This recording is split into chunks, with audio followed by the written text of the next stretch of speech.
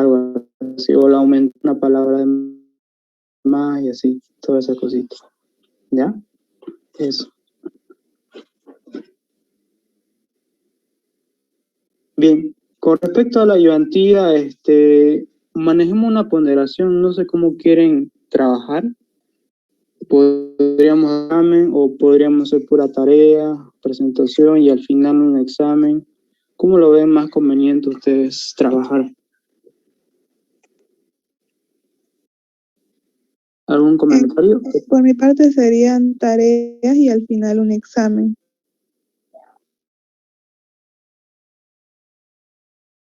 Opino lo mismo. También lo mismo.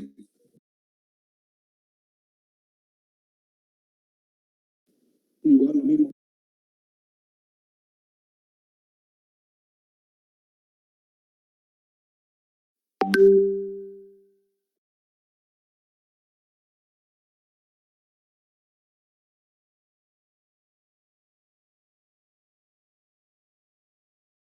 Yo les voy a preparar un práctico para la otra clase ya.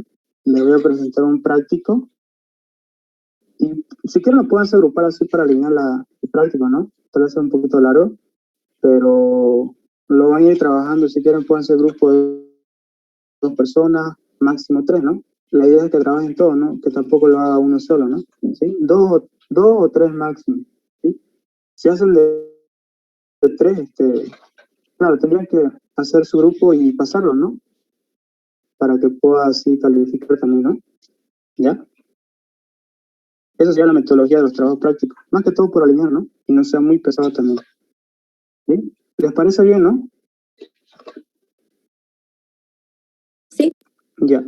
O yo les aviso, también puede ser de a 2 también, porque este semestre no son muchos, según me fijé en la lista, son pocos. A comparación anterior semestre eran hartos, ¿no? Este semestre son pocos, ¿no? ¿Ya? Eso. Ya, le voy a poner entonces un plazo y así quedaríamos. ¿Bien? Podemos avanzar un poco de lo que es la tabla de distribución de frecuencia. ¿Ya? No estoy revisando aquí una cosita.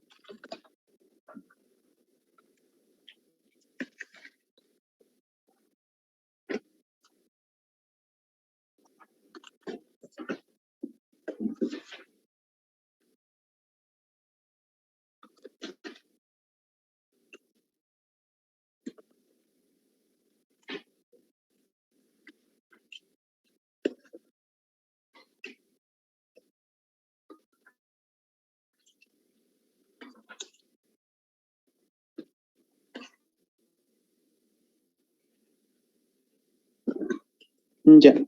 Vamos a aprender algo hoy. La tabla de distribución de frecuencia. Bien.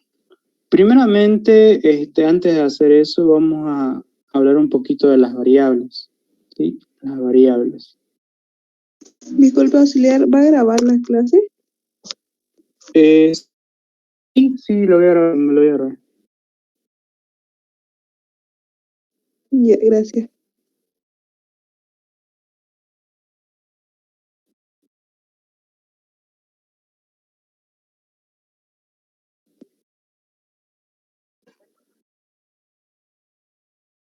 Bien, como les comentaba, ¿no? En probabilidad estadística se manejan 2 tipos de variables. Las variables, en este caso, la primera podríamos decir variables cuantitativas.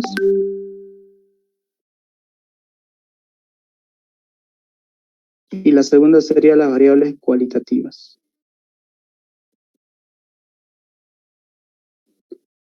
Ahora, cuando hablamos de variables cuantitativas, nos referimos a valores, pues, expresiones que se pueden sumar o se pueden contar prácticamente. ¿Sí? Contar. Entonces aquí son aquellas que se pueden contar.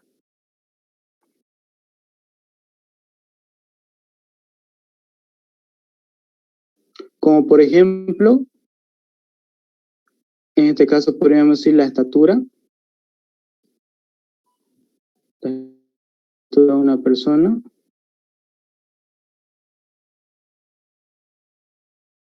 El número de hijos.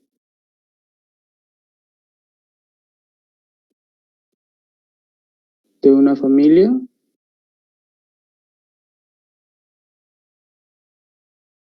coma, etcétera. ¿Sí? En cambio, las variables cualitativas son aquellas que son cualidades. Son cualidades. ¿Qué significa eso? Por ejemplo, podríamos mencionar lo siguiente. Por ejemplo, bueno, coma malo. Otra variable cualitativa, dijimos, son las cualidades que presenta una muestra, ¿no? Las cualidades bueno, malo, amistoso, coma, etcétera. ¿Sí? Esas son las variables que se estudian, ¿no? En probabilidad estadística. ¿Sí? Se podría decir que son las cualidades que presentan una población o también una muestra. ¿Sí? Ahora, por ejemplo, yo voy a dibujar algo así. Para mí, esta va a ser una población. Le voy a representar con la letra P, significa la población. Pero dentro de la población también se estudia lo que es la muestra, que representamos con la letra N, ¿sí? Donde N es la muestra.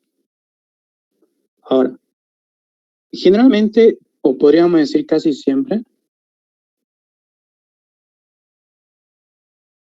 un ratingo voy a aceitar a su compañero.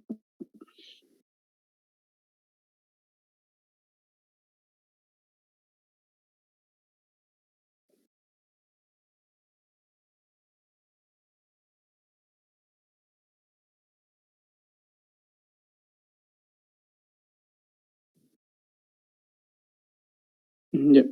Bien, ahora, esta muestra generalmente, o sea, cuando ustedes hacen un estudio o una investigación, se podría decir, generalmente acá lo que se hace es estudiar una muestra. ¿Por qué? Porque estudiar una población es demasiadamente caro, ¿no? ¿Sí?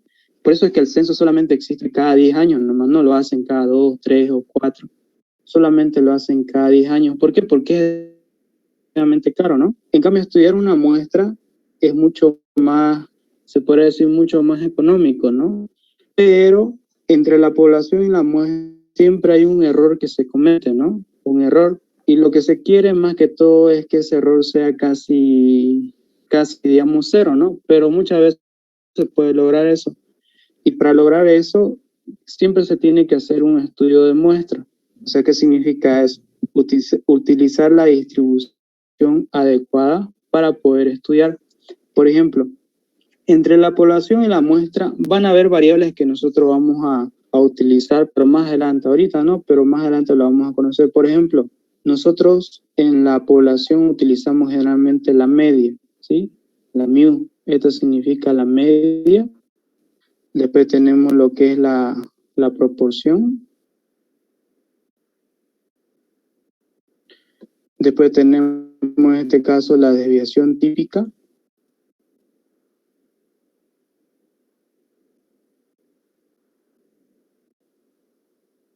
En este caso, desviación típica poblacional, vamos a llamar ya.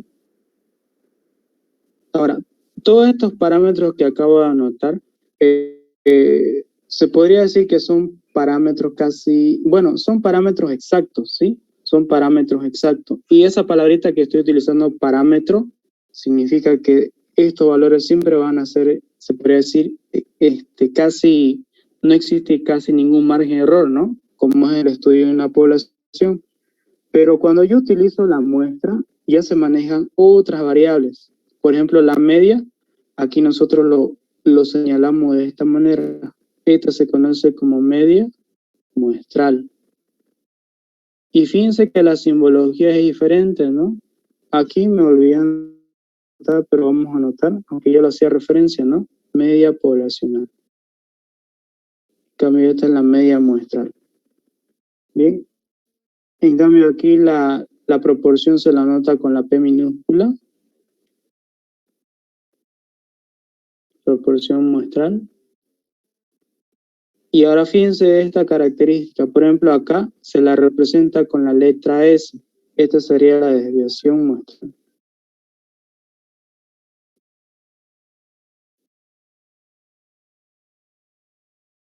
Desviación típica muestral. O también se lo conoce como error. ¿Sí? El error. ¿Ya? Ahora, nosotros cuando hacemos ejercicio de probabilidad estadística, generalmente nosotros decimos que esto es aproximadamente a la población. O sea, anotamos así, ¿no? Aproximadamente a este, aproximadamente, esto sería aproximadamente, ¿no? ¿Sí? Por si acaso, todos estos parámetros que acabo de anotar son estimadores, ¿sí? Estimadores.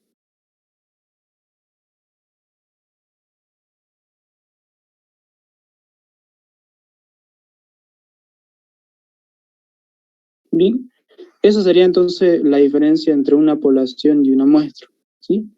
Bien. Bueno, yo creo que la ingeniera en la primera clase le va a explicar también esto, ¿sí? Más que seguro que sí les explique la diferencia entre una población y una muestra, ¿no? Y los parámetros, que sería la desviación típica, etc. ¿Bien? Eso. Bien. Bueno, no sé si tienen alguna pregunta hasta ahí, lo que hemos comentado. ¿Se entiende, no?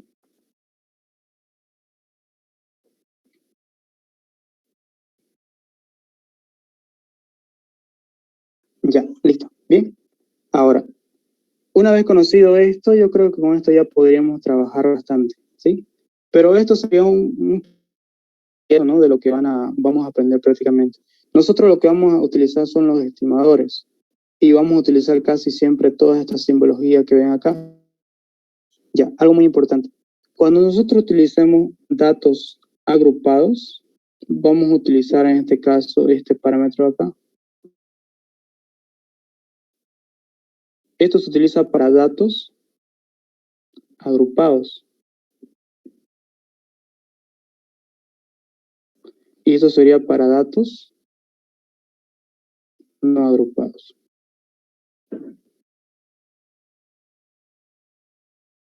Bien, por si acaso dijimos que esta es la media, ¿no? La media muestral. Este también sería la media muestral, ¿sí? Esto de acá. Esta es la media muestral. Pero lo que lo hace diferente es que este es para datos agrupados, ¿no? Y este es para datos no agrupados. Aquí lo anoté como X mayúscula. Este sería para datos no agrupados.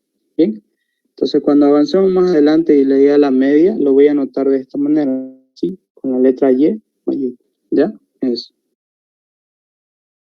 Bien. Listo. Yo creo que con esto ya sería una introducción casi ya, no tan simplificado, ¿no? Sí, a pesar que la ingeniera no avanza mucha teoría, pero sí un poquito lo menciona, ¿sí? Donde sí les va un poquito a entrar a ejercicios son en la parte práctica, ¿no? Sí, en la parte práctica. Bien, si no hay preguntas, pasemos a lo siguiente. La tabla de distribución de frecuencia.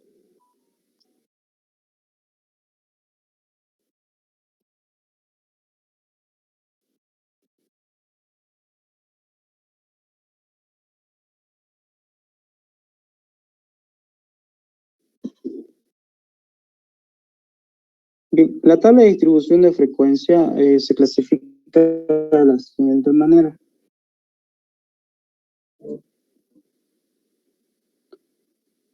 Este LJ menos 1 sería el límite inferior y este LJ sería el límite superior, ¿sí? Cuando lo vamos a anotar los parámetros.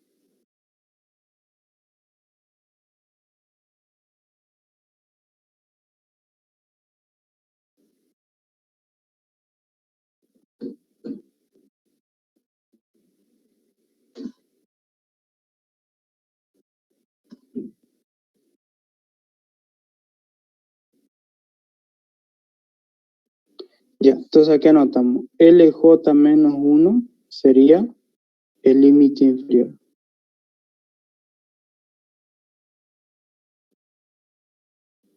Y este LJ solamente sería el límite superior.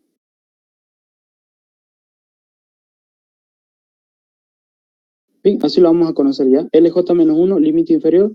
LJ, límite superior. Ahora, a esta variable acá, nosotros vamos a conocer como el ancho de clase.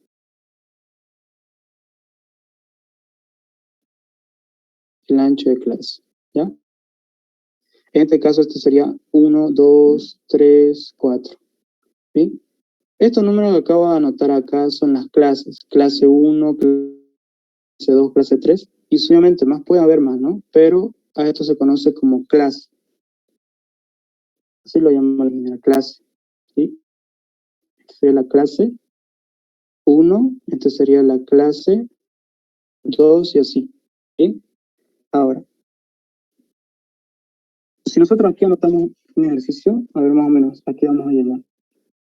A este que sea 2, y este que sea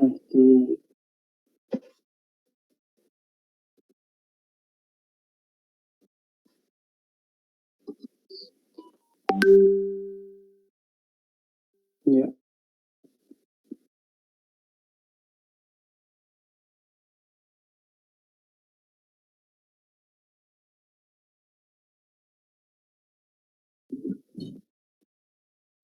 Cinco, 6. Por ejemplo, acá voy a anotar entonces el límite inferior, digamos que sea 15, ¿no? Y aquí que sea 19. Ahora, este ancho de clase generalmente representa la distancia que existe entre clase y clase, ¿no? Por ejemplo, si yo digo aquí 20, ¿cuánto sería la clase acá? La diferencia, ¿cuánto sería aquí? 20 menos 15 sería 5, ¿no? Por tanto, W va a valer 5. A eso se conoce como ancho de clase. O sea, es la diferencia que existe entre ambos, ¿no? ¿Sí? Por ejemplo, acá voy a anotar 24. 19 más 5, 24, ¿no? Entonces, el ancho de clase vale 5. Ya, entonces acá voy sumando, ¿no? W, acá sumo más W. ¿Cuánto daría esto? 20 más 5 sería 25. Aquí sería 30, aquí sería 35 y 40, ¿no? Ahora acá 24 más 5 sería 29, más 5, 34, más 5, 39 y más 5, 44, ¿no? ¿Sí? Listo.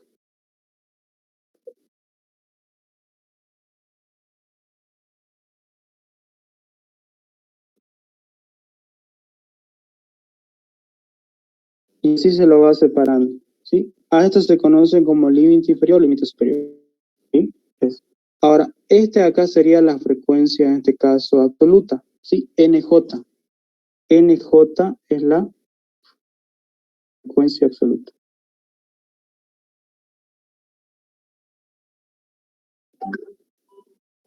Bien, y generalmente estos representan los valores que se toman en este caso de la muestra, ¿no? ¿Sí? Aquí voy a anotar datos, por ejemplo, aquí digamos que va a ser 2, 4, 5, 16, 10, aquí que sea 5. Sumado a esto, ¿cuánto da? Da 42, ¿no? Entonces aquí el tamaño de la muestra sería 42, ¿no? Y así. ¿Bien? Eso. Puedo aclarar, entonces NJ significa la frecuencia absoluta, LJ menos 1 la frecuencia, en este caso el límite inferior y límite superior. Ahora, el valor de separación es W, que sería el ancho de clase, ¿no? ¿Sí? De esta manera se va en este caso anotando, ¿no? Ahora, todo lo que yo estoy haciendo así de forma manual, la ingeniera lo hace en Excel, ¿no? O sea, yo lo estoy haciendo aquí de forma manual, pero en el Excel es mucho más rápido, se lo hacen, ¿no? Sí, pero aquí lo estamos explicando de forma escrita, ¿no? Sí, eso. Bien. Después tenemos en este caso la frecuencia absoluta acumulada, que sería el NJ. Frecuencia absoluta acumulada.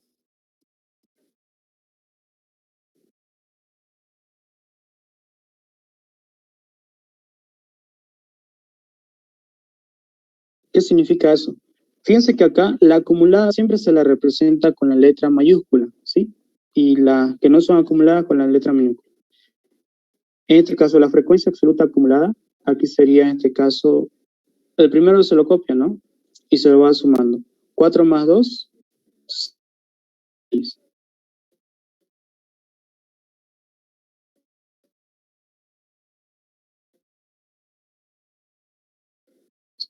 6 más 5, 11. 27, en este caso, 37. Y más 5 sería 42. Estos valores acá siempre se tienen que cumplir. Esto con esto. ¿Sí? Tienen que ser los mismos.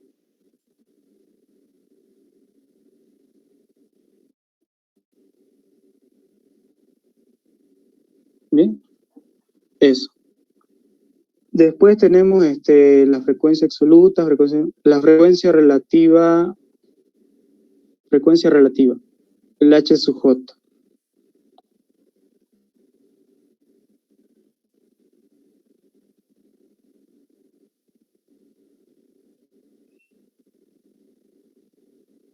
Y la otra sería la frecuencia, en este caso mayúscula, la frecuencia relativa acumulada.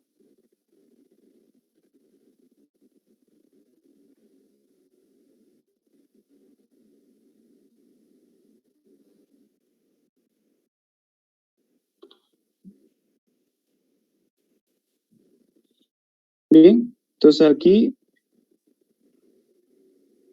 se lo trabaja de la siguiente manera. Aquí sería H mayúscula.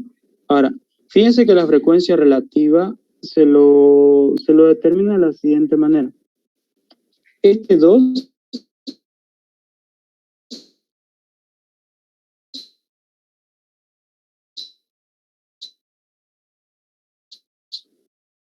se lo divide entre el tamaño numérico.